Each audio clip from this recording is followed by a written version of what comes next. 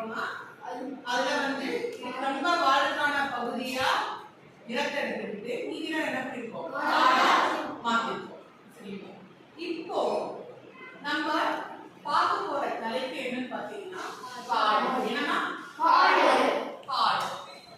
இந்த காடை பத்தி பார்க்கறதுக்கு முன்னாடி நம்ம எப்பொழுதுமே ஆசிரியருக்கு தெரிஞ்சுக்கணும்.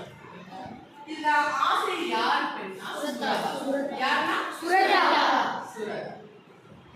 இந்த சுரதாவின் இயற்பெயர் ராசகோபாலன்.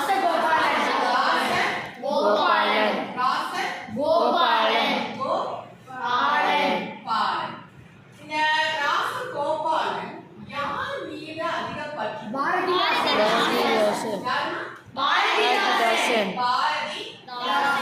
இந்த பாரதிதாசன் யார் மீது ஏன் பாரதியார் மேல பற்று கொண்டிருந்தார்?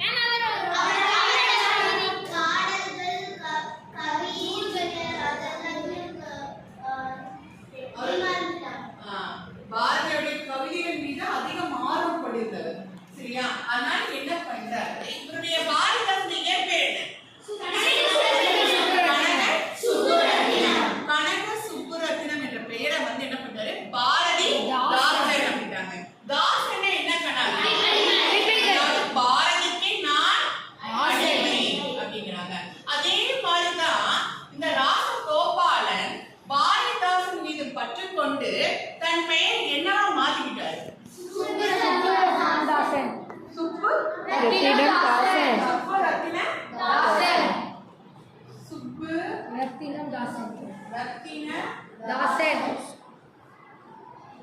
தாசன் அப்படி மாத்திட்டாங்க. சரி, இதை எப்படி சுப்புரத்தின தாசன் எப்படி சுரதாவா மாறிச்சு?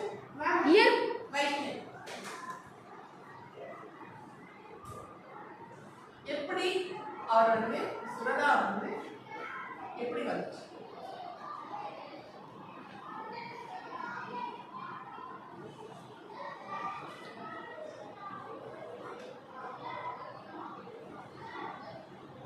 சரியா? சரியா?